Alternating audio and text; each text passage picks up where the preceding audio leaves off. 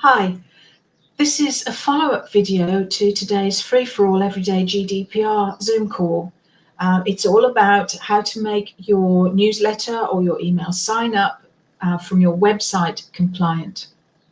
First of all, I'd just like to say that GDPR is not going away anytime soon. It's being adopted by countries across the world in one form or another. And basically you can't get away with ignoring it. Now, there are certain things that you should be checking when you're choosing such things as where to host your website and your email, in addition to cost and how much you like the way that they work. But I'm going to cover that in more detail in a session later on. Now, for the time being, today's session was all about your email newsletter.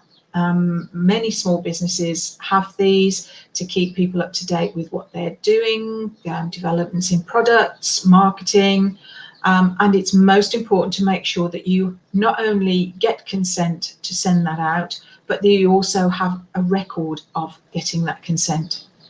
Now, the legal basis, as I've said enough times already, is consent, and that consent must be specific and it must be unambiguous, and the opt-in that you give must be positive. So you can't put, if you don't tick this box, you will be subscribed. It must be, you will tick this box to agree to receive and to subscribe, whatever the wording you want to use. Right, so the next step, taking that further forward, is one tick, one purpose. The two birds, one stone approach does not work in this case. So make sure that you have a separate tick box for each of the purposes. So if you're doing a giveaway, for instance, you have a tick box for that, and then you have a separate one to see if someone wants or accepts for you to send your newsletter or to market to you, again, however you want to word it. Now, make sure that that consent is recorded somewhere. The easiest way to do that is making sure that you have the double opt-in option set up with your email platform. Many of them do that as standard. It's the default position, as it is with Sendinblue, which is the platform that I use. And it's automatically done for you. So when you set your email up, you can set it up yourself, or you can use one of their default ones. Make sure you use the double opt-in one. That means that when somebody fills in your website form, that the email goes out, and as soon as they press the button, normally, then that registered with your email platform that they have opted in, and you will have that record. You can then market to them quite confidently, and should anybody ask to see the evidence of consent, you have your records, which makes it very much easier. It was raised the question of Facebook groups, where you might say you've got one of your questions. If you would like to hear more from us on our products or whatever, please give us your email address. So take a screenshot of that to hold on to, and you will then, once you've taken them through with your email for the double opt-in, have a second record there. So the other side of it is your unsubscribe. Now, make sure that every issue of the newsletter that they have signed up to receive has the option to unsubscribe. It's a requirement that unsubscribe must be easy. Basically, they're withdrawing their consent. It's got to be as easy for them to do that as it was to give it in the first place.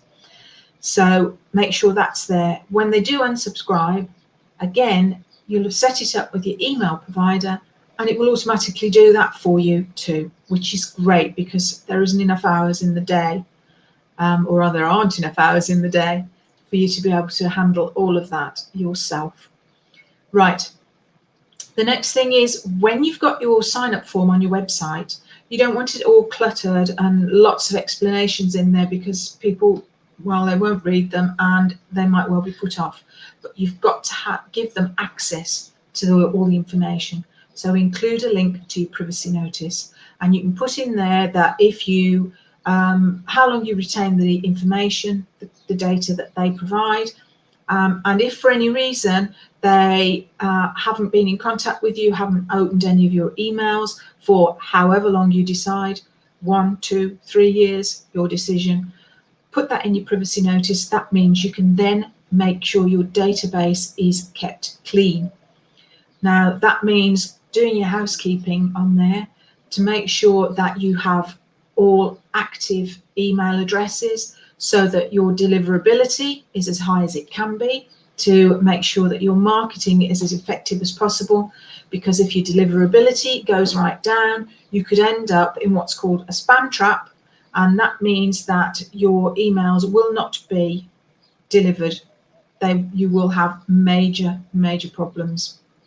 Right, so just briefly going back to unsubscribes, if somebody does unsubscribe, then the most you can do is just send an email and confirm you are unsubscribed. Do not, under any circumstances, offer any marketing or any other messages, and don't email them again afterwards, because you no longer have the authority to do that. The consent is gone. So that's it for this time, and I look forward to seeing you, I hope, at the next free-for-all meeting on Zoom. So look out for the registration details. Thanks for your time.